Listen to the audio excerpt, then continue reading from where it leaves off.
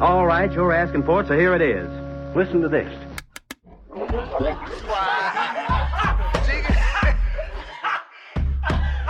you fucks laughing at we part of this pod, kid. You understand? We in here drinking, singing, swinging, all that shit, dog. You sweating, getting wet, all that. All right, welcome to, we won't number it, but this is our final episode here in Work Hard Studios. Now, not the final episode of the podcast, but the final episode that we've recorded here in Work Hard Studios. And it's been, a great 7 years? Like 7 years, and we got evicted. It was bound to happen. It was bound to happen. We didn't pay rent. We came in, the notice was on the door, man. But great times here, man. A lot of great memories, a lot of great podcasts, man. So we just want to, shout out to, you all for sticking with us, man. We're going to come back. We're going to find our studio. We're going to bring you that same great quality. We're going to improve. But this is the last one here, man. It's the end of an era, man. Like, it is, man. It's crazy. A lot of support, a lot of love. A lot of love. And like I said, when we started it, we ain't know what the hell we was getting into. Right. You know what I mean? Like, and it's wild to look back, because it happened so fast and so many things, and working with Work Hard, shout out to Work Hard. Shout out. And all the support, and all the folks involved and whatnot. And, there's great things for everybody to, in the future. Change doesn't mean, it's not always a bad thing. Sometimes you got to graduate. It's not a bad thing at all, man. We still going to be us. We still going to be bringing drinking partners to y'all. It's just the picture's going to look a little different. I don't know who Buzzy, who gets the couch?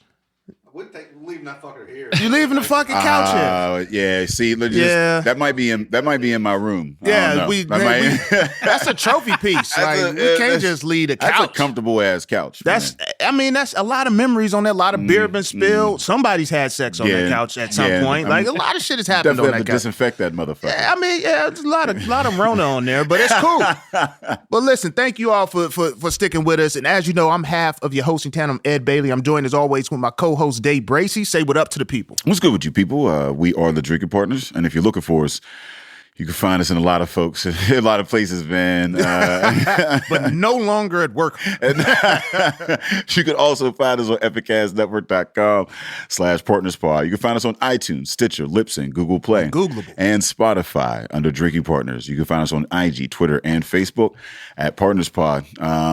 We've been here 7 years plus now telling y'all, and we will continue to tell you, man, and ask you, hey, rate and review. That's how we know what we're doing. That's how we continue to do well. And that's how we let others know that we're doing well. I don't know what the fuck's happening over there. This is episode 2 of 2 recording. This is our last one. But listen, you love us. You saw us in the street before. You saw us during COVID online, and you see us out a little bit now. And you always tell us that you love us. But please, at the click of a button, please tell the internet. Please tell the world. Tell everybody. Tell us what you like about us. Tell us what you want to see from us. Tell us what you enjoyed from the last episode. Tell us where the fuck we can go record future episodes. Give us suggestions. Give us options. All right. And as always, in lieu of rates and reviews, we do still accept shots of Henny, although I won't drink none today because I'm fucked up from last night. So this is a hungover episode, and it will shine through. Shout out to Car Guy DJ and the Conways for starting the trend. Shout out to all folks who have kept that trend going. I be out getting shots of Henny. Now we drinking, other whiskeys and scotches and shit. But just give us the Henny, all right? And, fuck, man. This is crazy that that's the last time I'm gonna say this in here. Yeah, no, it's like I said, man. It's been a dope ass journey. Like it's seeing all the opportunity that comes in, and even in the this podcast has been a learning experience, not only just, like something that we get to, have fun doing and meet some new people or whatever, but, each podcast is a learning experience. Right. And then, not only what goes on to the recordings, but the before and after, there's a lot of folks, a lot of creatives that come through and, we just have those conversations on the cast, off the cast, and a lot of opportunity arises. And I love the fact that, Work Hard was one of those spaces that was doing it a bit earlier in this area. And mean? So, learned a lot about models, about the cooperative, and I feel like drinking partners, Buzzy, shout out to Nick, you know what I mean? And like, I feel like he out there, what he a musician now? He like, he's a traveler, man. Yeah.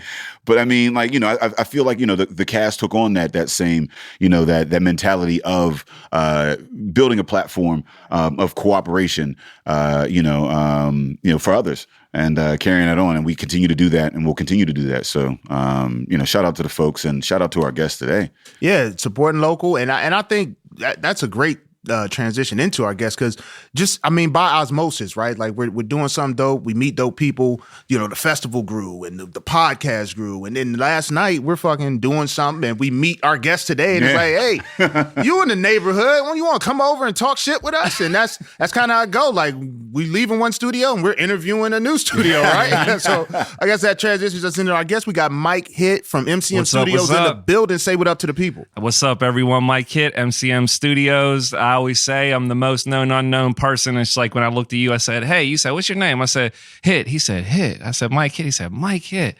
I've heard that name. You want to be in a podcast tomorrow? I was like, all right, let's go. That's how that shit go. And that's the community. That's the art community. It's like, yo, I'm doing something dope. This looks dope. Yeah. Let's tell your story. So and I love your energy. We need it because I'm here to bring it. I'm here to blast it out. It's crazy because you're right around the corner from, you're Arlington, MCM Studio. So how did that come to be? Like, how did you get into that space? So first of all, wow. I've just been doing this forever, right? I started DJing and producing and helping artists get deals and doing shows and licensing beats and shooting videos, and I've done everything under the sun. And so, again, that goes back to the most known unknown person. It's like shout out to 3-6. Yeah, people know. I always say, I just said that the other day. It's like people know, but they don't realize like who it is, and that's because I've spent my whole life doing music, and that is how I even came across the studio opportunity. Because again, it went through a band that I had collaborated with, or one of the members of the band, and they had a space in the shared art space, and I was for like 2 years, I'm like trying to, hey, if I could just find a space like this, like you guys transformed, or an attic or a garage. I had already had a few dozen clients in my house, and people always knew me for that. And so I'm like, man, I need a public space, because I already know once I go public, it's just going to keep rolling in. It's up from there. Yes, exactly. And long story short, I've told this story a few times.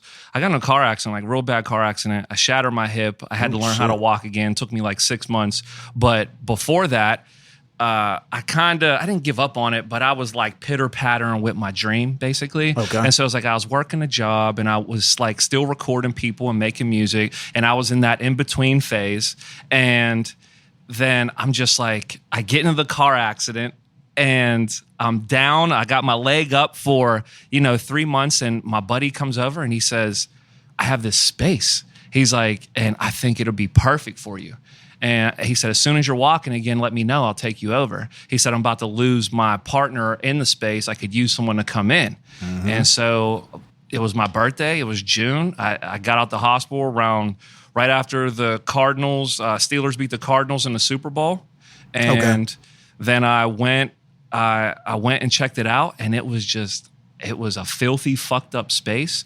But, I feel like God at that point, the issue was I was moving way faster in my own career. Like I was like, got to get a steady job and things like that. But that really was never what I was supposed to do. And the car accident, I feel, was just it was just like, hey, you need like 6 more months. I was bringing you your opportunity, but you're like moving, you gave up too fast on me. And so when that happened, it was like as soon as I committed to that space and I went, it was like the rest is history. So you've been there, what was that, 09? 09, okay. Yeah.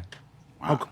Yeah, I having been in a very significant car accident, I'm happy to see that. Yeah, dude, that pain, I had The whole nine. Like I tell everyone, I had the drains in my hip, the catheter in my dick, the fucking the metal bars through my hip. I had them. I'll never forget. Man, it's like yesterday. I'll never forget. The next day I got out of surgery. They got to move your leg, so it's like movable. And so it's like 1 PM. They come in, and I'm just like, I'm just laying in bed. I'm like a moment of peace. This nurse comes in and goes, whew. And I was like, you just heard a scream all the way down the hall. It was like a movie, like it echoed. And I was like, you're not moving my fucking leg until tomorrow at least. I'm like, just give me a day. I just came out at 7 this morning.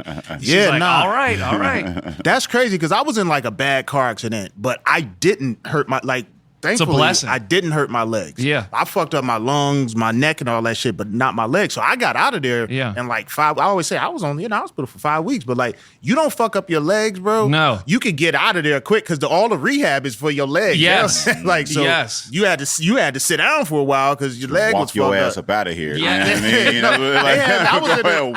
It was a couple of days, nigga. I was in the hallway, motherfucker, doing the church. I know. I was saying, my shit is good. My lungs wasn't working, but nigga, I was surprised when I seen him walk in. Like, I mean, it was a show and shit, and this motherfucker was like, "Oh shit." The catheter though, terrible. It's a good terrible thing. You get to pee in the bed though. Yeah, and that's actually kind of a cool fucking thing when you get past the fact that there's a dick inside your dick. But the worst part is the morning where she yanked it out of me. Yeah. And she did it like, hey, it's that time now. And I was like, time for us? She's like, time to get the catheter out. She's like, you ready? I was like, yeah. And she pulled it. And it was like someone pulled a razor blade out of my dick. But it only lasted for like 5 minutes. But then I'm like, she looked at me, she said, it's better we do it like that. Yeah. She said, because now you're over it, right? I was like, yeah, okay, good. Oh man!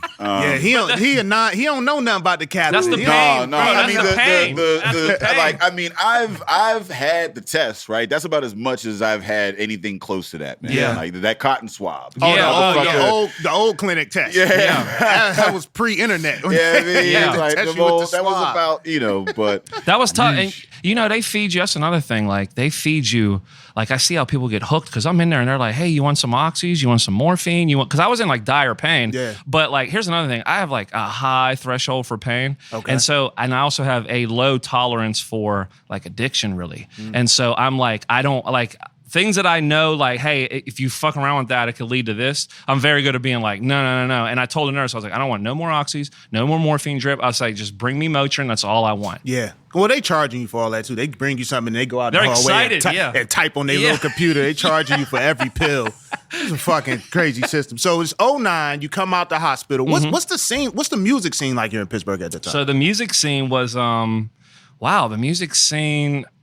There wasn't. I always say there wasn't a lot of studios. Like there was ID Labs. Right. Because right around that time, that's when Wiz kind of took off. Taking off. His story's taking off. Mac's story is like really taking off. And there really wasn't, there was a lot of rock studios in Pittsburgh. Okay. Where like they did bands. Like bands has always been big since the beginning of time in Pittsburgh. Right. But, ID was the premier hip hop, rap, vocal recording studio. And I'm like, okay, they needed an alternative. The city almost needed it's good that we have one, but we could use a few. Right. And it's crazy because now you fast forward from that question, there's 100 studios now. Okay. But when I opened, there was I'd say there was 4 or 5 bigger rock studios like Mr. Small, stuff like that. Mm-hmm. And then there was ID Labs for hip hop vocal. And then there was just me. Was your mom's house? Was that still around? Your mom's house? So that's a whole other era. Shout out to E-Man. Yeah. And that's Rhyme Calisthenics. That's oh shit, Shadow Lounge. Yeah. Shadow Lounge. That's all of that. Yeah. And I come from that.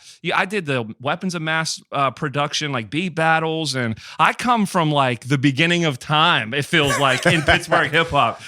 You are OG Pittsburgh hip hopper. And Pittsburgh has a good tradition. I think having lived my entire adult life here, right? Mm-hmm. So I do remember the Shadow Lounge and the Rhyme Calisthenics and going down the E-May spot, your mom's house. I've never been to ID Labs. Yeah. But when it was in Lawrenceville, you never went there? I've never been. I'm not a rapper. Yeah, right. So right. I'd have just been in there just hanging on the coattails of a rapper. Yeah, people just hanging out. But you have a rich tradition here. It doesn't, on the larger map of hip hop, it doesn't get the recognition that it should. But being here, folks are committed to, the local artists Yes. and they support, it seems. Yes. Is that how, in your experience, has that been what it's been like supporting? Because I hear artists say that people don't support local artistry here, but Yes. from the outside, it looked like they were. Maybe I'm wrong.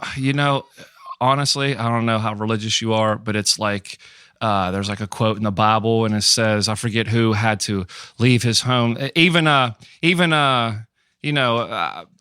Nobody's like a hero from their hometown or whatever in the Bible. And it's like not until you leave and come back do you become that. And really, just from me knowing so many artists from like Ohio or West Virginia or New York, I hear the same story from everyone. It's like, the scene here sucks. The scene here sucks. Or the scene everywhere sucks. It's like, as soon as you go somewhere else, like if I go to California, I have like a different smell on me. Right. So people are like, this is kind of interesting. But here, I have our smell on me. Right. So like, it's just kind of like, you're just me.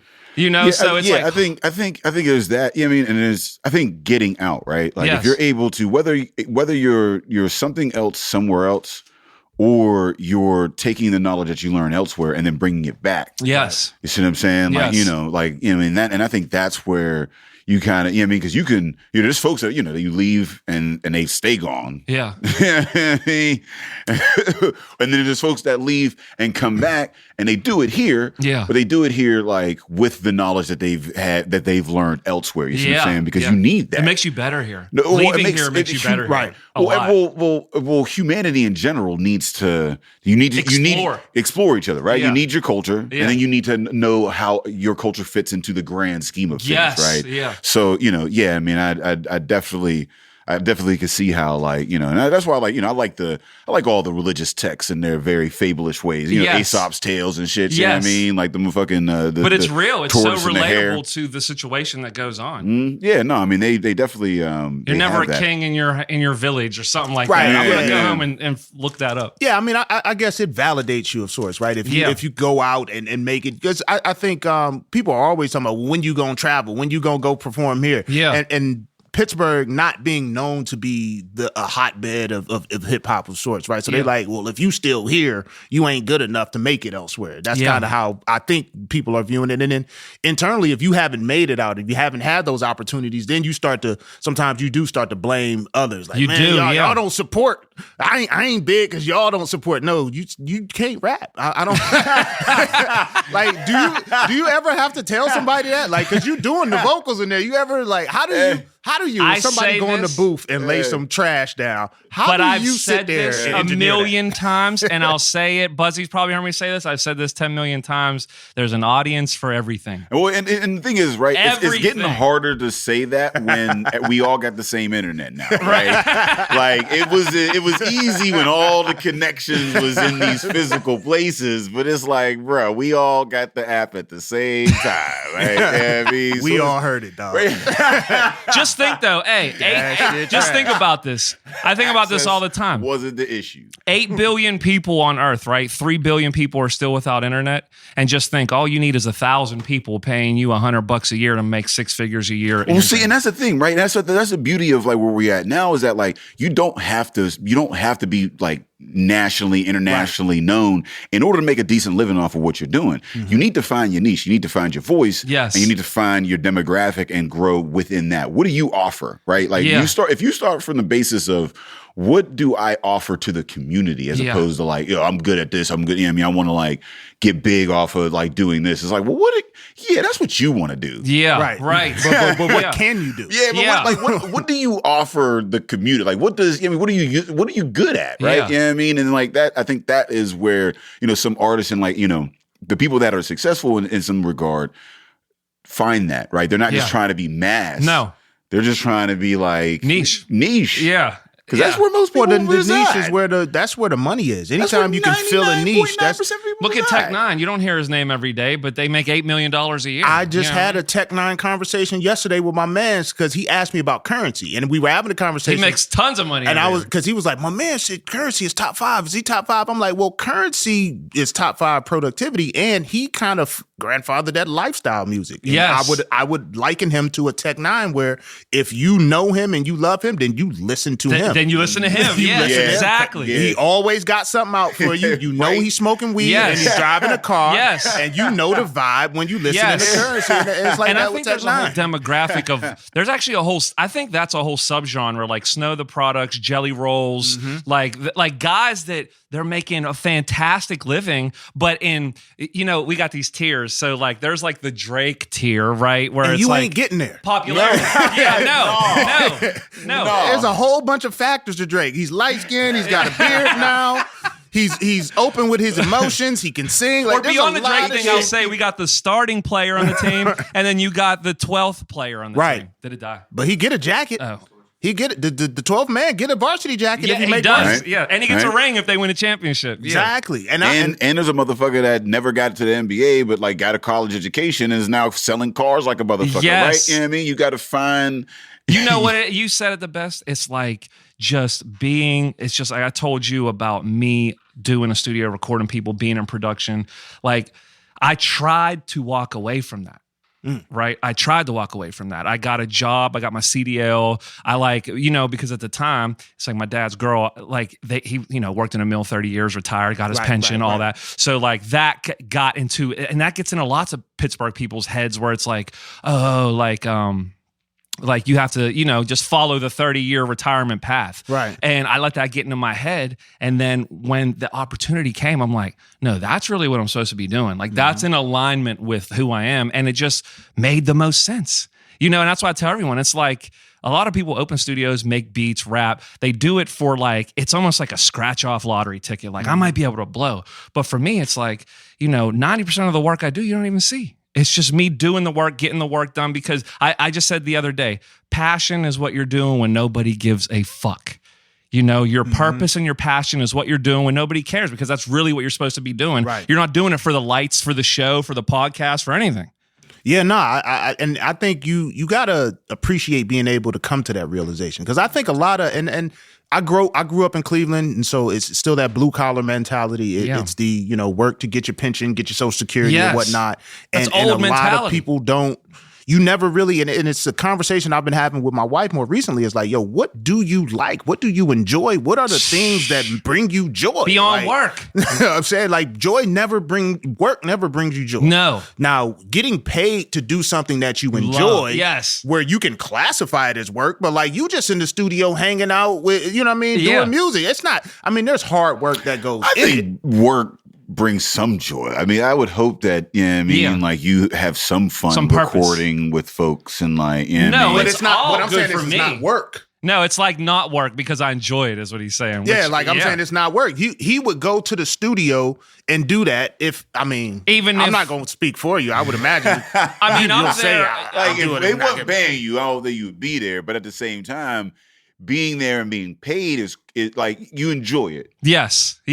And I was doing And you it get paid. when I Now- wasn't getting paid, I was doing it. So that's why it made the most sense to do it. Like I said, I was recording people. The whole neighborhood knew me for like, hey, you want to get a record done? You want to get your music on CD? You go to Hitt. Like, and that's what people knew me for. That's what I did before I even got paid. I just did it to do it. Now it's like, oh, you actually know what you're doing. I'll pay you to do this for me. So how do you learn? Like what's the path? Because we just had a conversation question.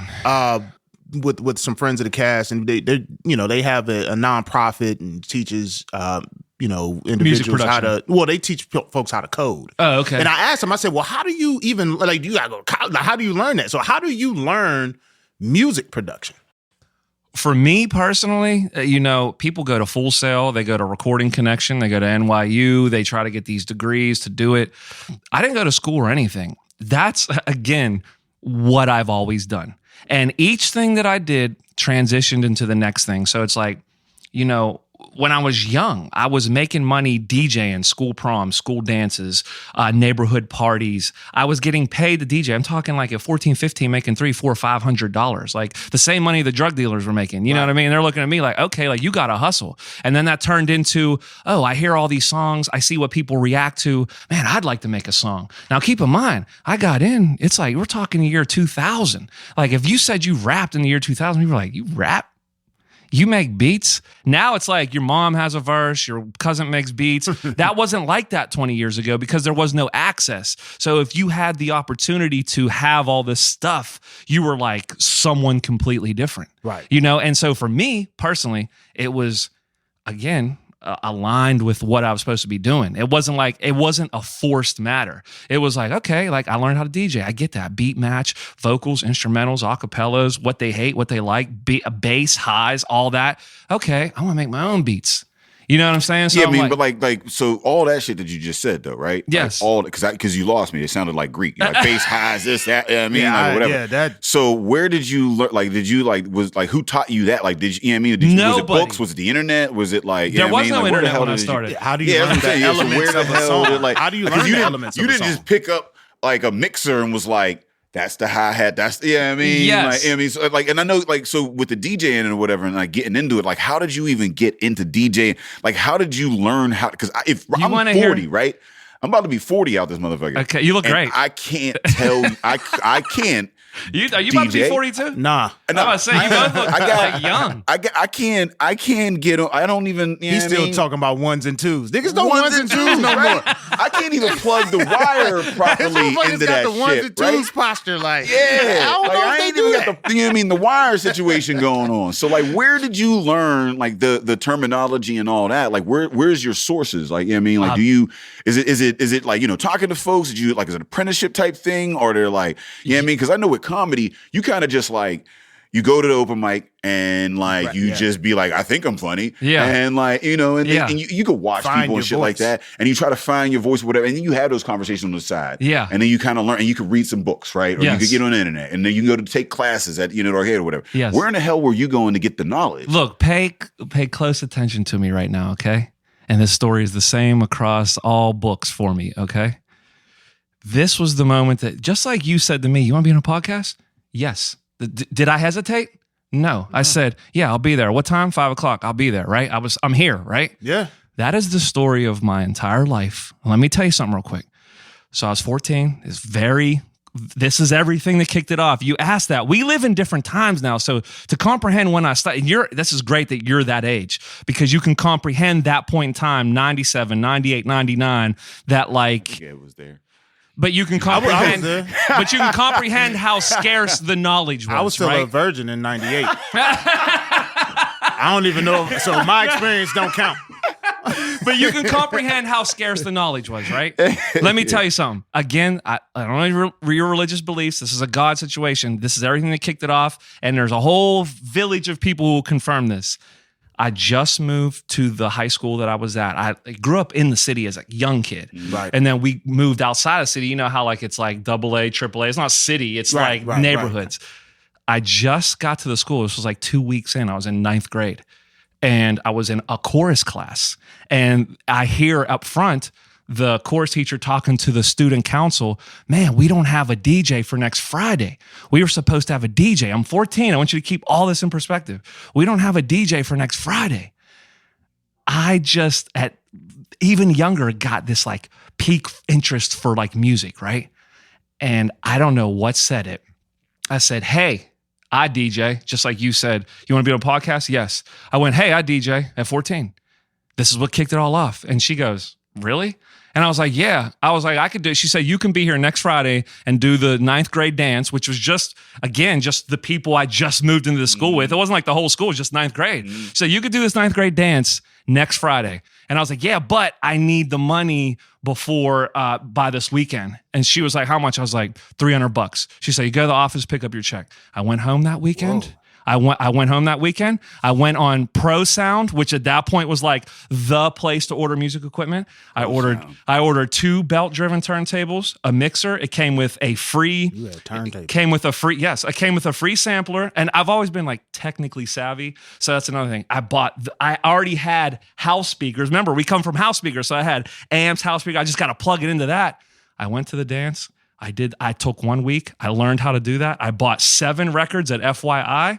I bought 7 vinyls. I had a whole bunch of CDs because I always remember you came to the studio and there's a wall with that. Yeah. Those covers are from the day those came out. I used to go every Tuesday and spend like $100 on remember music. FYE was the move. I went every FYE week. was the move. My homegirl used to work there. Used to go slide up to FYE at Richmond Mall. Like, yo, that new Jewel Santana drop. Yes. Look though, that has been, you ask me, how do you learn, right? I always throw myself into the fire. That has been like the story of my life. When Liz called me for the show, I was throwing myself in the fire. Hey, it's Wednesday. Hey, Saturday at 4. Now, keep in mind, my friend just was celebrating their kid's first birthday, and they had a birthday party 3 to 9, which I went to after. I was late, but I still made it. And I told them, I'll be there at 5. But when Liz called it Wednesday, I was like, 4 to 6 it is.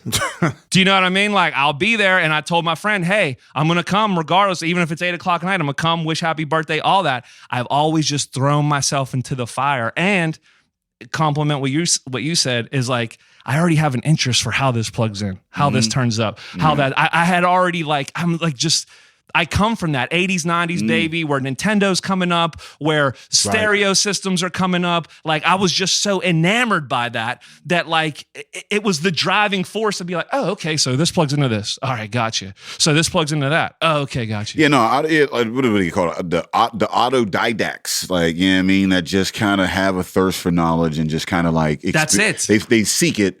And there's various forms, whether it's a conversation or a Google search or a Think book and or grow whatever. rich. You know what I mean? Like, I mean, that's that's pretty dope. So I mean, like, you've been in this neighborhood now for a while and whatever. Like, what like Hemingway's was still here when I moved in. Yeah, There was The bar right there on the corner. a Hemingway's up because there was a Hemingway's, There I was believe, on fighting Pitt's there campus. every weekend. I yeah, think it was a Hemingway. Yeah, Yeah, Hemi's. You know what I mean? yeah. Yes. They get There was a Hemi's on in IUP's campus. You know what I mean? Fucking Hemi's. Before Leon's, like, none of this stuff was here. It's crazy to think that. When I moved up here, people were like, you're out of your mind.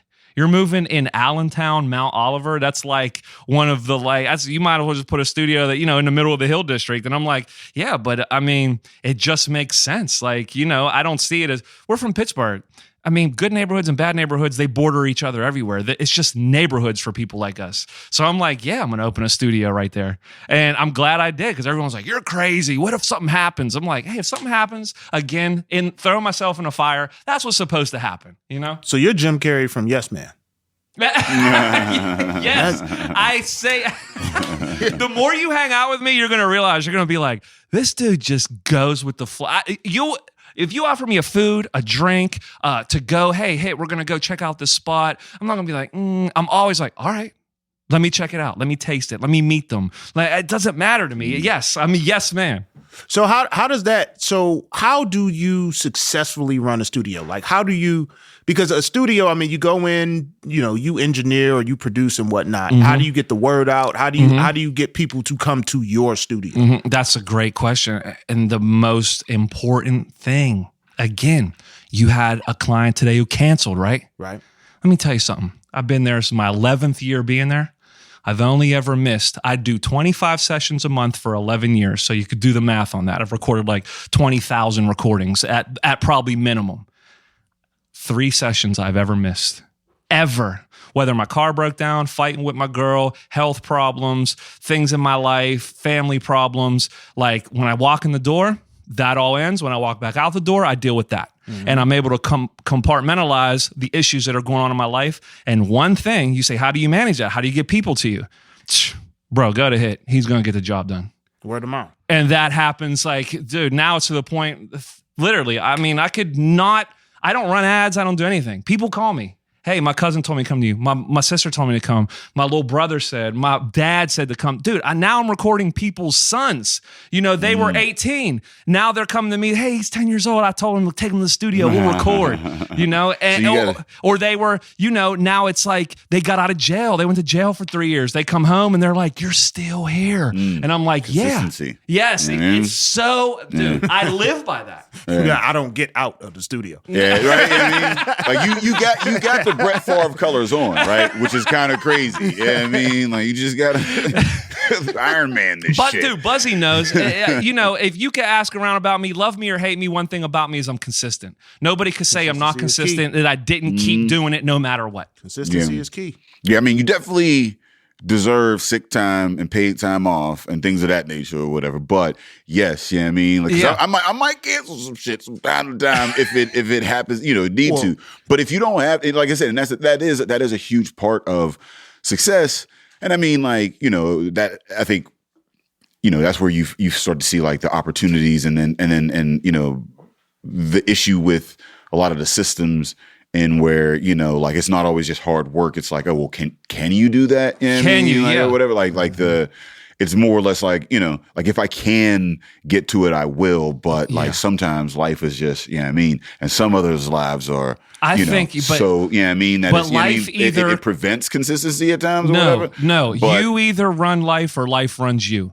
Let me tell you something. First time I met my dad, saw my dad's face, I was 19. He was dead in a casket. I'd never seen him. I was homeless 20 years ago. I slept in a car. I had a laundry basket full of stuff, a box worth of stuff. I didn't have a lot of family. My family's on drugs. I didn't want to do that. I didn't have anything. I was living with my girl. I had nothing. I just got an apartment. My friend got on drugs. He messed up the apartment situation. And I had to ask myself, like, am I in control of my life or is life in control of me? And everyone who's always like, I can't, well, you know how life is. I do know how life is actually, because like my life, I come from absolutely nothing. Like it's crazy. I always joke around and tell my girl, I'm like, I must just look like I don't have a hard life because I'm always like, hey, what's up? Yeah, like I'm chilling. But I really, I just, what the fuck else am I going to do while I'm alive? That's actually a profound ass question. What else I'm gonna do while I don't know what the fuck's happening after. Sit here like, man, fuck, man. Never met my dad. My mom was on drugs. I didn't have no money, no trust fund. How am I gonna do that? Am I gonna sit there? I'm gonna be like, okay, I don't have no mentors. Like, who could I go to like teach me how to be a man? Like, how am I gonna get money to do this? Like, you have an option every day. And that's what I think. Like, there's I get fired up talking about this. You have to. You have to find what you can do consistently, right? Yes. And that's the thing. Like hardships come in all those forms, Mm-hmm. and what you want to do, or what you're good at times, may not be able what you can do given your life, right? Yes. Like you got to look at what the actual opportunities your alignment and like your environment and whatnot, and then figure what you can do consistently there. Like a studio is something that, given all your hardships, at some point in your life, you were able to like say, you know what, I can at least do this. You know what I mean? Like day in, day out, whatever. Like, you know what I mean? And I think that's where, success sometimes comes into a thing is trying to figure out what it is that not only am I good at and not only what, like I want to do or whatever, but what can I do realistically, consistently? You see what I'm saying? In that, and you've been able to piece that together. What are so being in this music scene for as long as you have and whatnot, who are some of the folks that you've, gotten to work with, and who are you, excited to see grow, throughout these decades? Here's another thing about me, right, that I understood because I come from hip hop and rap background. I knew that I wasn't going to survive just doing hip hop and rap. Okay, because here's another thing. Like I said, I don't know what it is, my energy, what I look like, but it's like I don't have the cool gene, right? Where like some people, you put out a song and be like, damn, they have like 10,000 likes. And you'd be like, whether you like it or not, you're like, they just have the gene to just move the people, right? For whatever reason, I've never had the gene to move the people, but I've always had the gene to like put in the work, right? And so I knew, okay, it's not just hip hop and rap. So I do rock stuff, reggae, audiobooks, the stuff I'm doing with you guys. That's the only way I've been able to survive. If I had to survive off just as rap and hip hop, I would have been done. And I'm an audio guy. I'm not really, I'm a music producer, but I'm an overall audio person, and how sounds work, how voices, like you come out, I'm like, you got a good voice, dude. Cause I've heard 1,000 voices. I know what a good voice sounds like. You have a good voice. I think my voice is trash, but it's not just me buttering you. Like I hear a lot of only voices. Sociopaths think they sound. Yeah. It's really the only people that want to hear their own voice. So I've got to work with to answer your question, I've got to work with, the upcoming like rap scene that like it fluctuates, right? They get in, it cycles, they get out, they get in. But then I've also been able to work with the Rocky Blyer of the Steelers and do his audiobook. I've been able to work with Amazon on A League of Their Own show they just did. I just been able to work with Netflix on Archive 81, Hearst Media for your show, and it's like.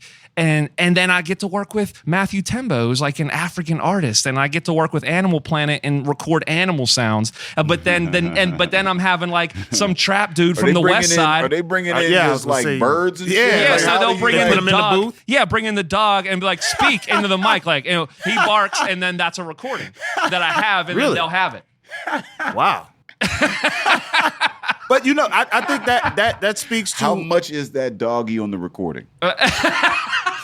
But you know what's crazy about that though? You really like now that just looking at businesses, right? It's not about just, all right, I do this thing well. It's about, well, how do I apply this thing to a variety of situations so that I can continue to increase revenue, right? Yes. So yeah, I do audio, right? Yes. Well, everybody need audio if you got any type of show or anything like that. Everybody got to have sound.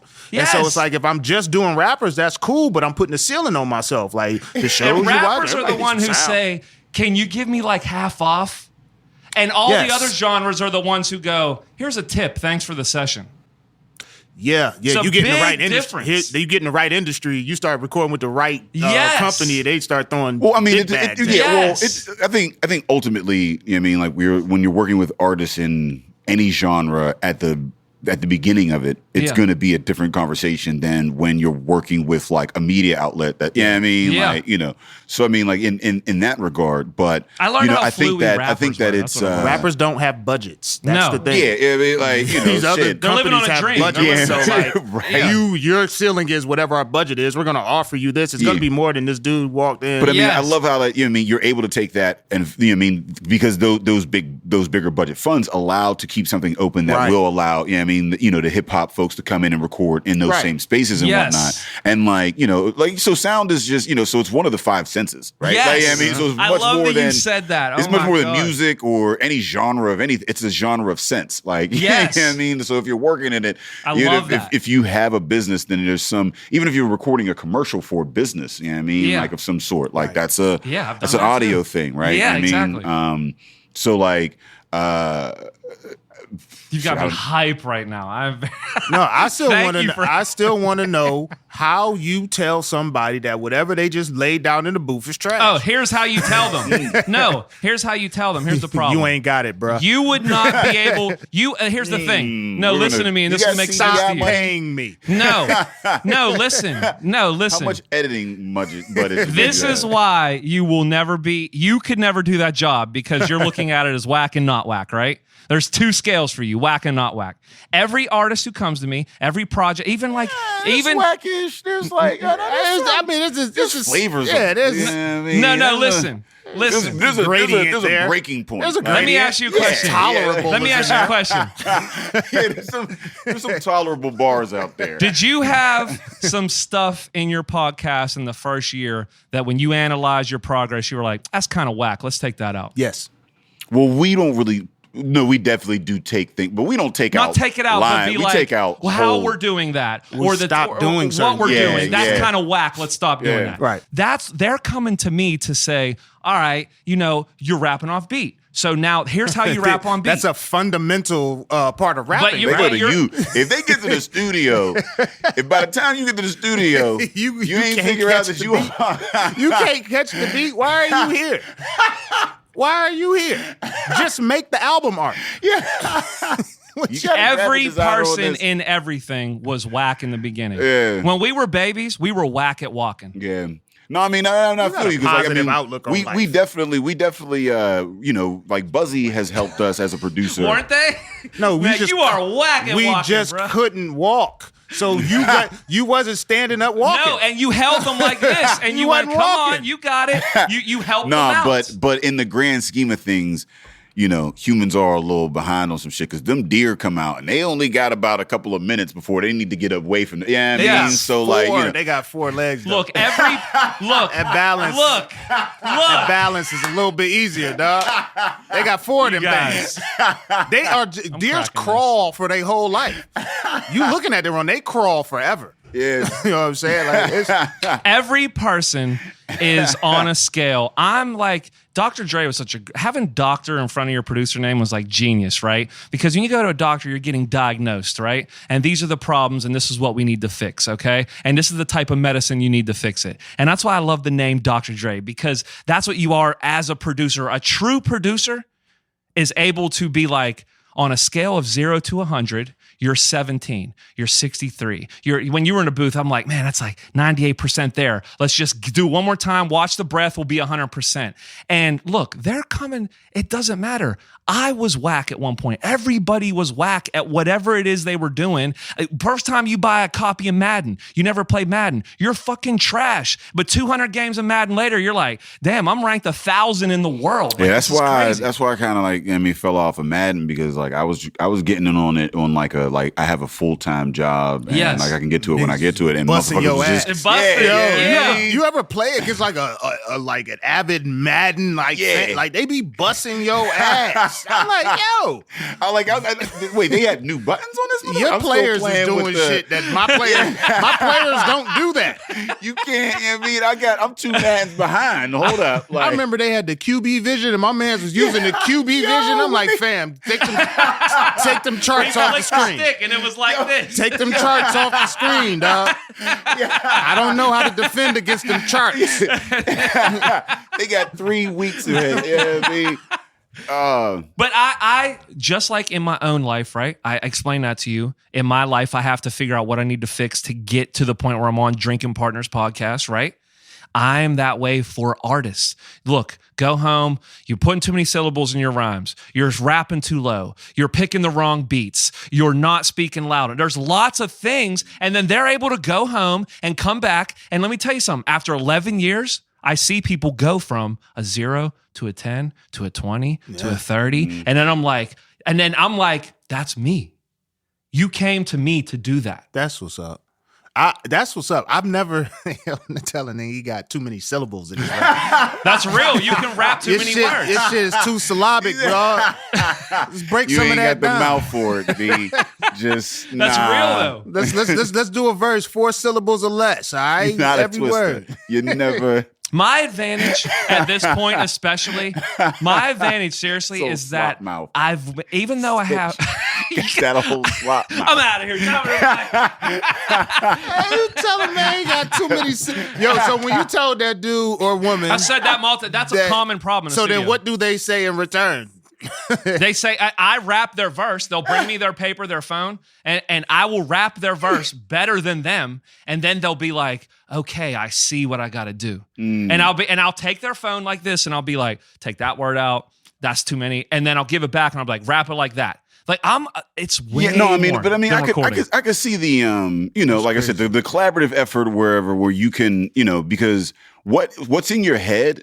And even what you can hear isn't always what comes across, right? And I always say that. Because and that's even the same thing, with writing or anything. That's the beauty of an editor and producers and things of that nature. You need to have that fresh set of eyes. You need to have that outside perspective. And even in groups of people, that's why they have those screenings and shit. They'll send it to new people to be like, nah, that's why bro. Kanye had 27 producers on one song. Yeah, nobody's going to be listening to this shit, bro. Yeah, you need as many, it's the group. Yes. That's why the social media or whatever helps because you get to have more opinions and more perspectives and whatnot. Yes. And I could see how having been in it so long, you're able to kind of sit back and be like, I know when we was developing the copy for some of the drops that for radio, I'm writing it or whatever, but it doesn't come off the same way in the short period of time through the mic or whatever. So then having Dom and Buzzy be like, listen, boop, boop, boop, boop, boop. These are, that's extra. Yeah. Cut that. Yeah, round it out. All right, boop. And it's ready for, and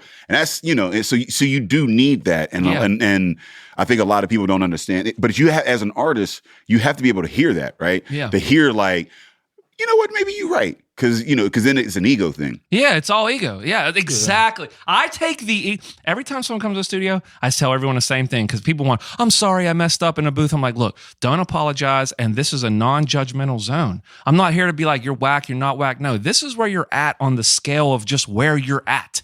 A 14-year-old rapping might be at a 10. He might be at an 80. I don't know. But all I know is he's coming to me to get to 11. Do you see what I'm saying? And that's all I'm trying to do. What did you give the dog, though? You see what I'm saying? The dog got 100 because the bark was flawless. I was like... how you get the dog on the... It was a Scotty, too. So can we get a little more bass in that bark? You gotta tell the trainer, tickle his underbelly. Tickle his underbelly. It'll... Let me pull him to the back real quick.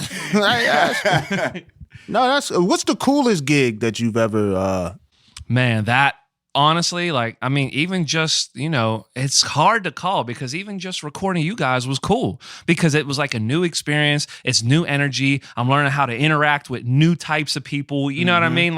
Every situation is kind of like, all right, I learned something there. That's cool. Did anybody ever come back to you and be like, listen, and be like, this product isn't the way that I wanted it to be, and I need, is that because if I could see people being like, oh, I'm gonna be the next star or whatever. Yeah. And then people be like, this is kind of whack. And then you'd be like, oh, well, it's the recording. You know what I mean? No, because here's the thing. It's your song. Yeah. No, because that never happens. A TV, or any kind of endeavor or whatever. Where it never happens. Like, and you know why? Because I'm always blunt about the scenario to the point where you could even be like, yeah, you're right. I have no reason to fluff anything. I have no reason to hold anything back. I tell everyone, you give me bad, I'll give you good. You give me good, I'll give you great. You give me great, I'll give you amazing. Give me amazing, give you fantastic. That's how audio works. It starts at the source. Good mics, good recording, good engineer. That's where it starts at. And so if somewhere in that chain, it's broken, whether you're broken, the system's broken, we're going to find out that session. You know what I mean? And there is no good. I'm the same way with my friends. So you ain't walking out until you satisfied with your shit. Once you walk out of this motherfucker, get out of it. But you don't ever gotta leave. Well, you'll bring it back. You'll never leave me though. You'll never leave me without me leaving everything on the table. It out. You leave it all on the track. And so no one ever comes back to me. You left it all on the track. I would love to be able to tell somebody, listen, fam, this is as good as it's gonna be. And then you look at the lyrics like, let's examine the song. First of all, that's not a real word. I just want you to know it's not a real word. This doesn't rhyme. It's not gonna sound good. I can record it. It's gonna sound well engineered. I just said that the other day, last week. I just said that last week. It's gonna sound. Me, it's you, bro. Sometimes they're not, and I say that. Sometimes you're just not there yet. I'm sorry. This ain't going viral. I want you to know. And if it does go viral, trust me, it's not. Well, we were recording a Christmas album, and he was about a 58 out of 100 on the ability to sing, right? And he wanted to sing Christmas songs. Wow. And he's like, "What can I do?" And I'm like, "There's nothing you can do right now." College. No, You can go to school. Not everyone's trying to blow. Send them the link for the CDLs you got.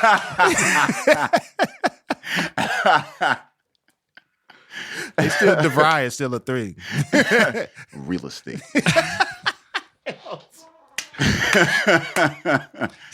You guys see it as, again, that's a general public. It's whack and not whack. Yeah, because we're consumers. Yes. We're not producers. We're consumers. Songs? Listen, you don't just start off with Christmas songs. How you gonna fuck up my holiday? How dare you?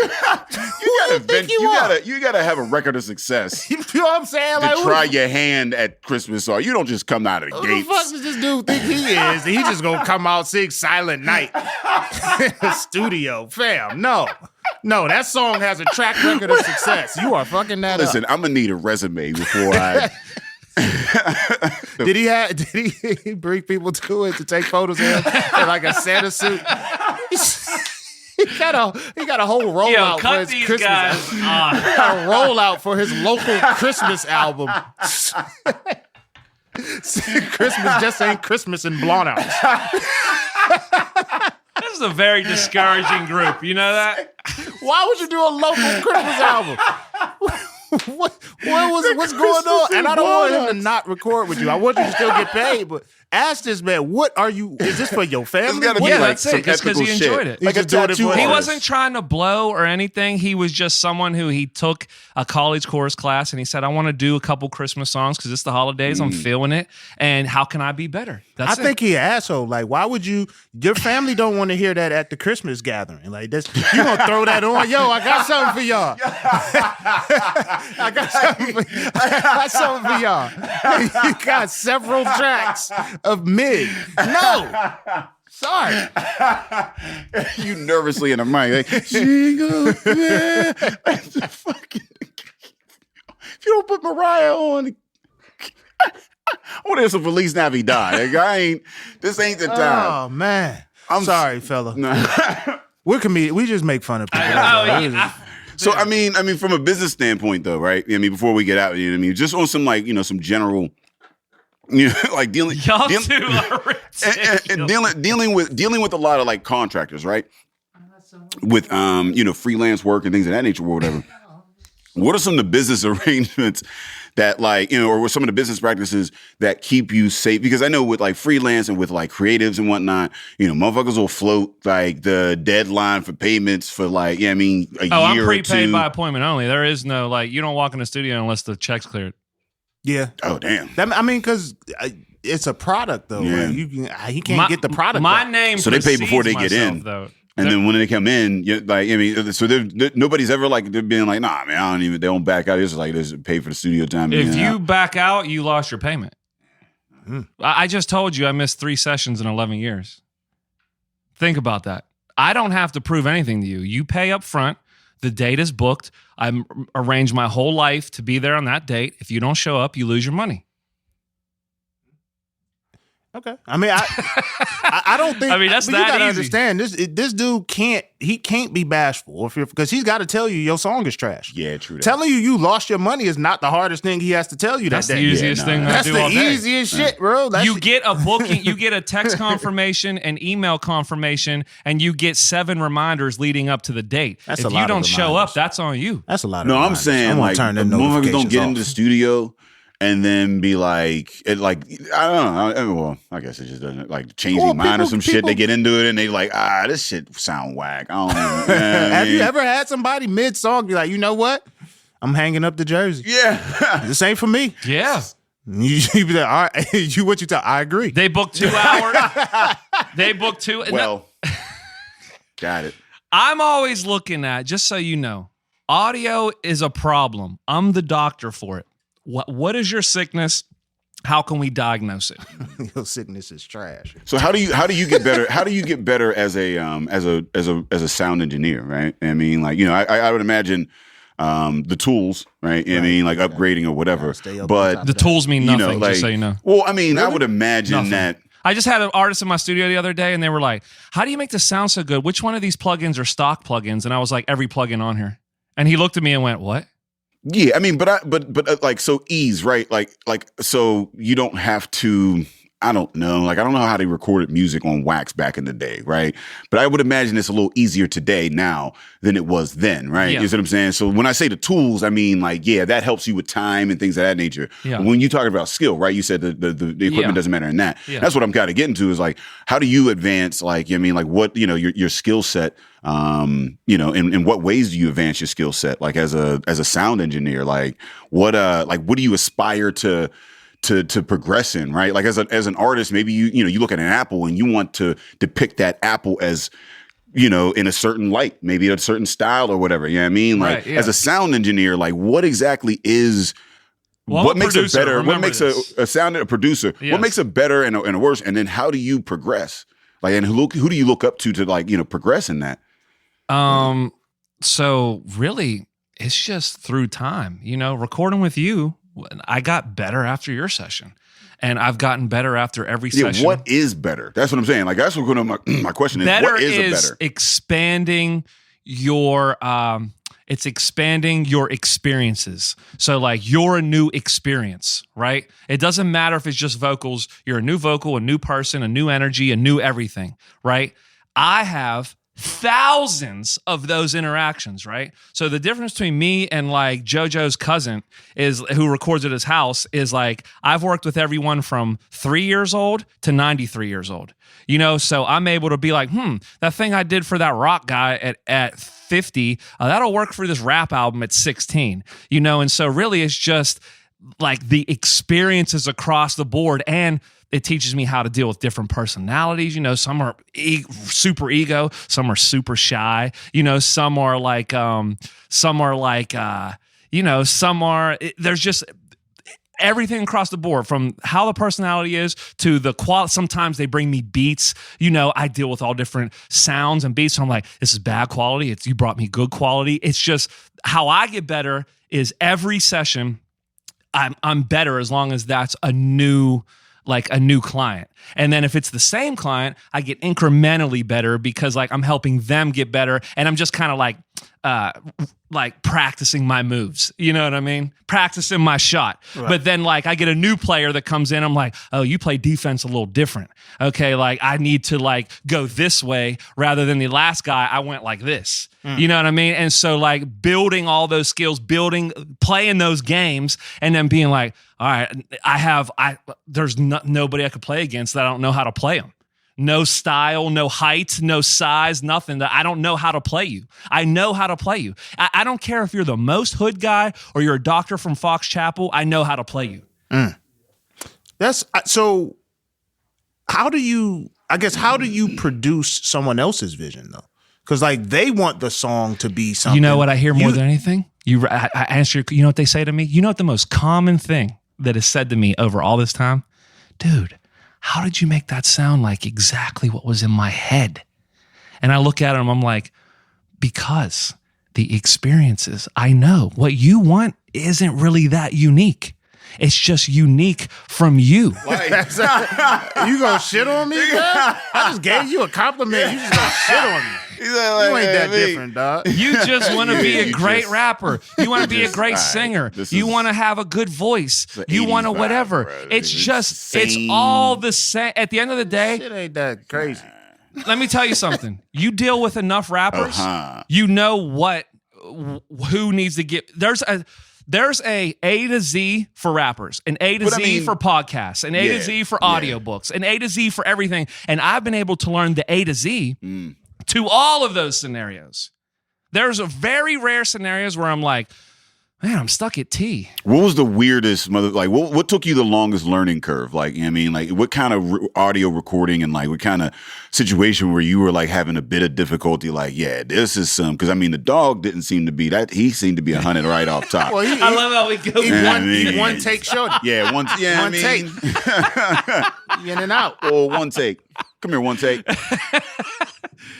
I really, again, back to the start of the conversation, the throw yourself into the flames type of person. There's nothing that I don't walk away and I'm like, that was impossible. I can't do that. No, I mean, but something's gotta be hard. Nothing. It can't just nothing is ever Nothing hard. in my world is hard because I'm in alignment with exactly what it is I'm supposed to be doing. You're coming to me for an audio problem. I'm the audio doctor. Period. Okay. All right. I mean, that's what you say. On it. You know what I mean? Gonna come with some weird shit. Yeah. Hey, this is a challenge. Bringing some shit, bro. That Christmas album sounded like it wasn't. That didn't sound like it was no walk in the park. That shit sounded a little difficult. Bring your weirdest to MCM. So let people know where they can find you, like how they can get in contact with you, book sessions. First, thank you. Thank you for saying, do you want to be on the show? Oh, thank you for coming, man. And let me tell you something. I have to tell you this about you, right? When I first met you, right? And I've dealt with 1 million people. You're a very big personality, right? Really? Yeah, yes. I want you to understand. Yes, because you do it. Because Ed does exactly. Look, Ed does it his way. It's the very first time anyone has ever said that ever. And then when Ed realized, though, this is the comedian. This is a great lesson to our conversation. Is you probably looked at me at some point like you didn't know me, but it's like, what does this guy know? And then as we went on, you're like, all right. yeah, like, you know what you're doing. I'm comfortable. You help me get through it. Now, with that understanding, you know now, like, oh, okay, like, you probably thought I was whack at first because you don't know what's going on. And then you're like, wait, you're not whack. Okay, you know what you're doing. That is the biggest thing right there. And that was like a lesson in what I'm saying I deal with every day. Yeah. And I had to let Ed be Ed. Right? Was I ever bearing on you? That I'd be like, man, you're an asshole. Like, no. I'm like, no, Ed. I don't think I was an asshole. But you came in, you came in, you hung over. You're the star, you're the voice, you're the talent. So it's like, he's a big energy, which I had to get him to a point of being like, okay, there's a lot going on. I'm hungover. I'm in the pocket now. That was part of what you making me sound like a diva.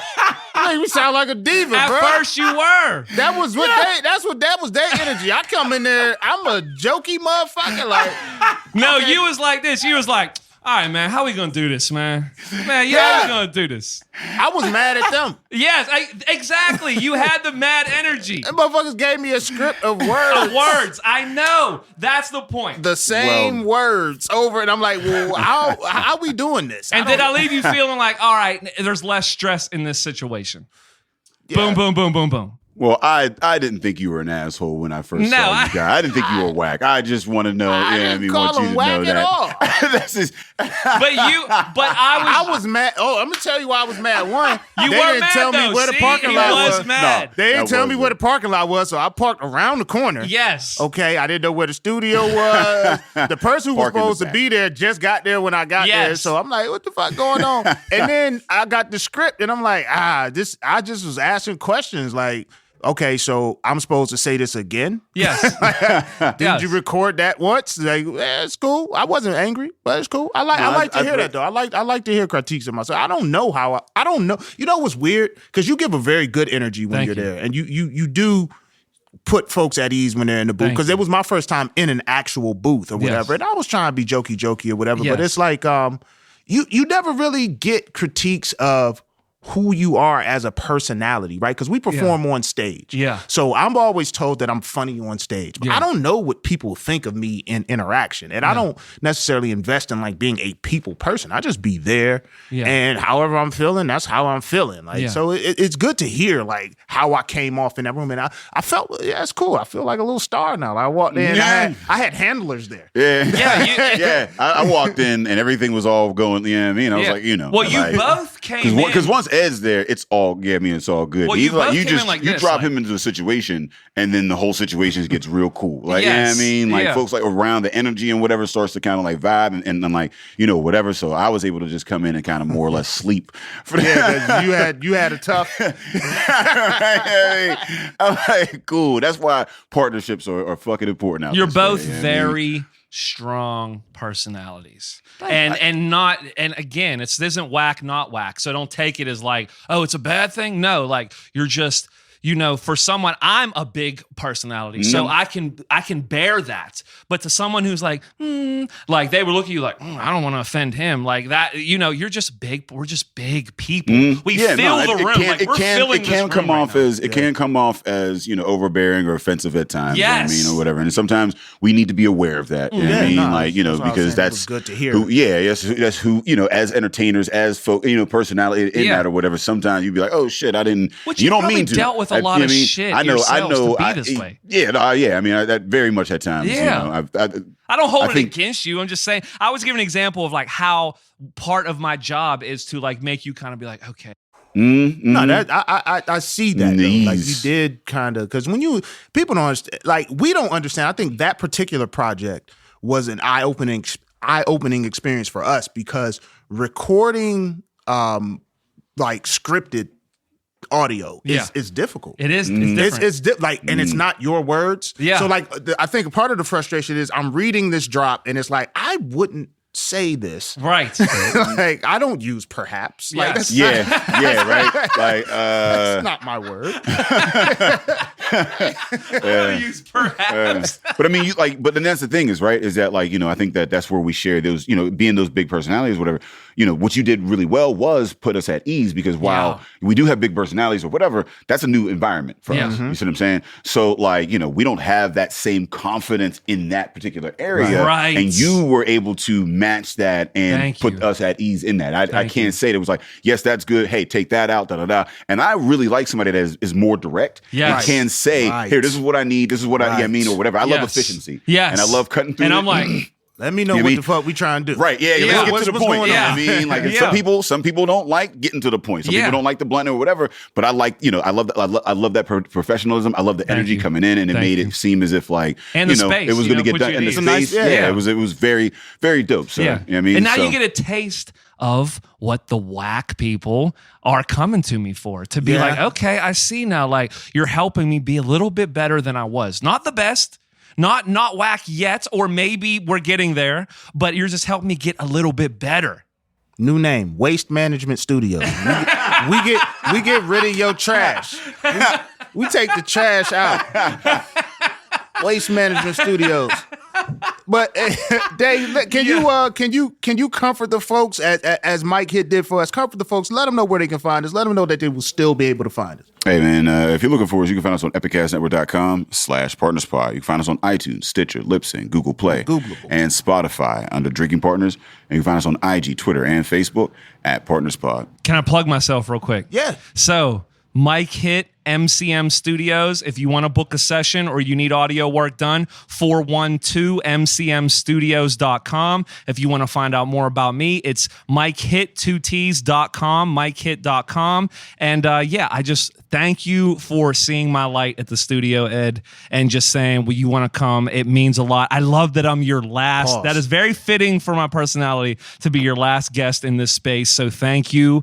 Thank you, Dave. Thank you, Ed. Drinking Partners. And I'm glad I could be a partner in crime. 2 T's. Peace. Listen, man, I don't even know if you can come on here and just do the outro better than me. Like, you ain't gonna come in this bitch outroing me. Hell no. Now the big personality gonna show up.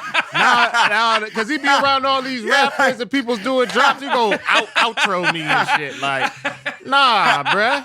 We'll edit that the fuck out. Waste Management Studios coming soon. Hey, we want to thank our guest, Mike Hitt, man. It was, again, organic situation, man. We met him. We were like, yo, we like you. We like how you do things. We like how you do business.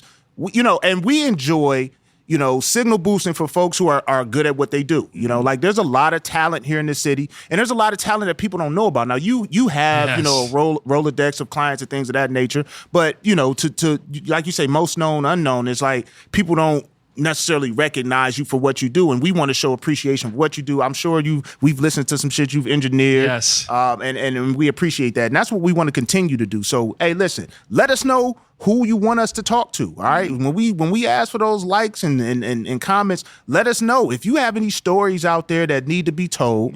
Let us know. We looking for folks to interview because we're not, we just want to be the voice of the people, man. You know what I'm saying? We want to be the voice of the people. So shout out to Allentown, man. This community, we found another gem up here. You know what I'm saying? Like, this is great. We want to say sayonara to work hard, man. We've enjoyed 7 wonderful years here.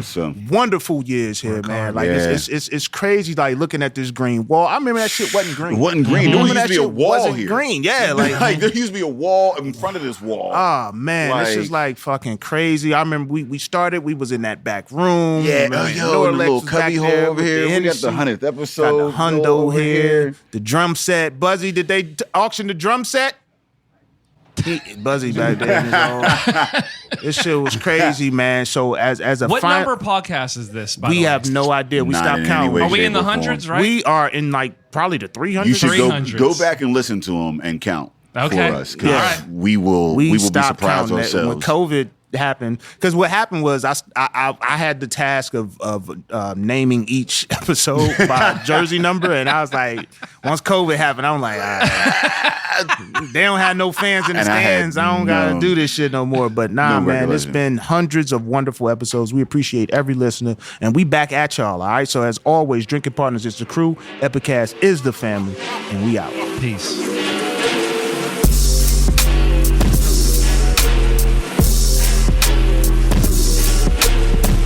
gotta play like some I don't know. We gotta play out music for that one. Outro, you know what I mean? Yeah. some solemn. Although we've No, gone. you gotta play the military. Is that Knowledge Hudson? The most distinguished last name? Distinguished last